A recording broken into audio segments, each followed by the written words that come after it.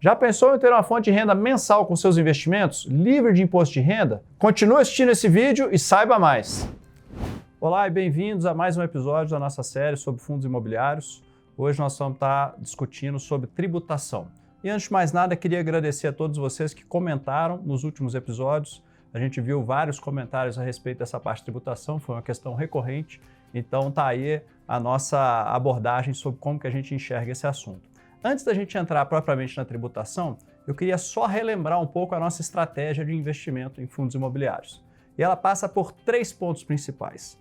O primeiro é uma visão de longo prazo. A gente está falando de um mundo que hoje as taxas de juros estão estruturalmente baixas. Não só no Brasil, mas em vários países do mundo, a grande maioria dos países tem poucos juros hoje. Então os fundos imobiliários são sim uma alternativa muito interessante para remunerar o seu capital no longo prazo. O segundo pilar é a diversificação.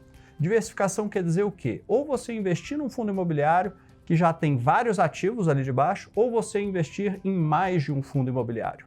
E o terceiro, que talvez seja um dos mais importantes, é você pensar em termos de reinvestimento. O fundo imobiliário tem uma característica de distribuir mensalmente para o cotista o que são os rendimentos do fundo. Isso aí é muito poderoso, principalmente se você, a cada recebimento, você reinveste isso, seja no mesmo fundo imobiliário ou em outros fundos imobiliários. Você pode tomar a escolha de, olha, vou gastar esse dinheiro, vou fazer outras coisas, mas você vai estar assim comprometendo a sua rentabilidade a longo prazo. Então a nossa sugestão muito forte é a receita oriunda dessas distribuições mensais reinvista em fundos imobiliários. Perfeito. Dando essa base, vamos entrar então na tributação, que eu acho que tem 2 coisas principais para a gente discutir. A primeira é essa distribuição mensal, que eu acabei de mencionar. Essa distribuição mensal, ela é incrível para o investidor, porque ela é totalmente isenta de imposto. Então esse valor que cair na sua conta, você não tem que preocupar em recolher nada, não foi feito nenhum recolhimento na fonte, o dinheiro é seu. E se você seguir a nossa dica, você vai estar reinvestindo em outros fundos imobiliários. O segundo caso é o caso do ganho de capital, eventualmente você vender o fundo imobiliário. Quando isso aí acontecer, você vai ter sim uma tributação de 20%. Essa tributação, como é que ela acontece?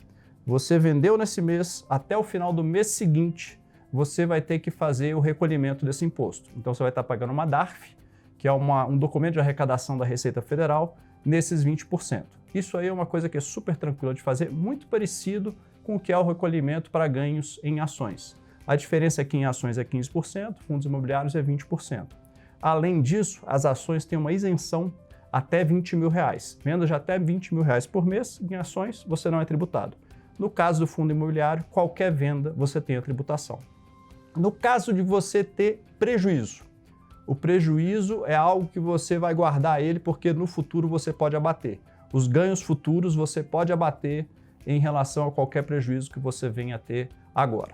Então vamos pensar o seguinte, vamos fazer na prática. Você esse mês comprou os seus primeiros fundos imobiliários. Você não precisa fazer nada. Mês que vem você teve os seus primeiros rendimentos. Mesma coisa, o rendimento é isento, você está tranquilo, não precisa fazer absolutamente nada. Em algum momento você precisou de um dinheiro ou resolveu vender um fundo imobiliário e comprar outro fundo imobiliário. Aí sim, se você teve o ganho, você apura o ganho. Então vamos fazer um exemplo prático. Você comprou 10 cotas a R$80, mais os custos de bolsa, emolumentos, coisas como isso. Não vamos preocupar com isso agora. Vendeu depois essas mesmas 10 cotas por R$100. Então você investiu R$800, recebeu R$1.000, teve R$200 de resultado.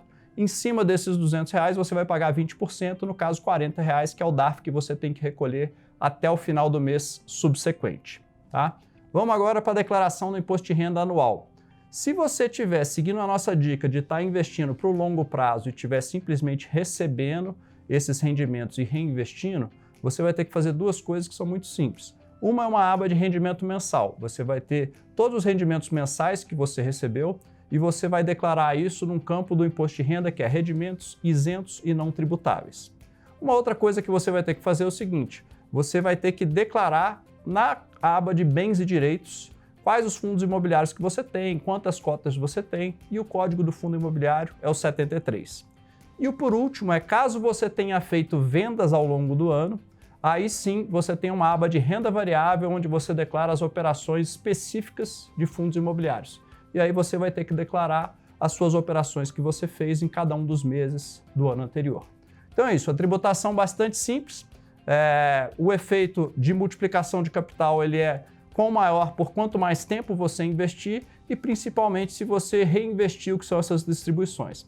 Então é isso, pessoal, estamos à disposição e aguardamos os comentários sobre outras eventuais dúvidas que vocês tenham. Até logo!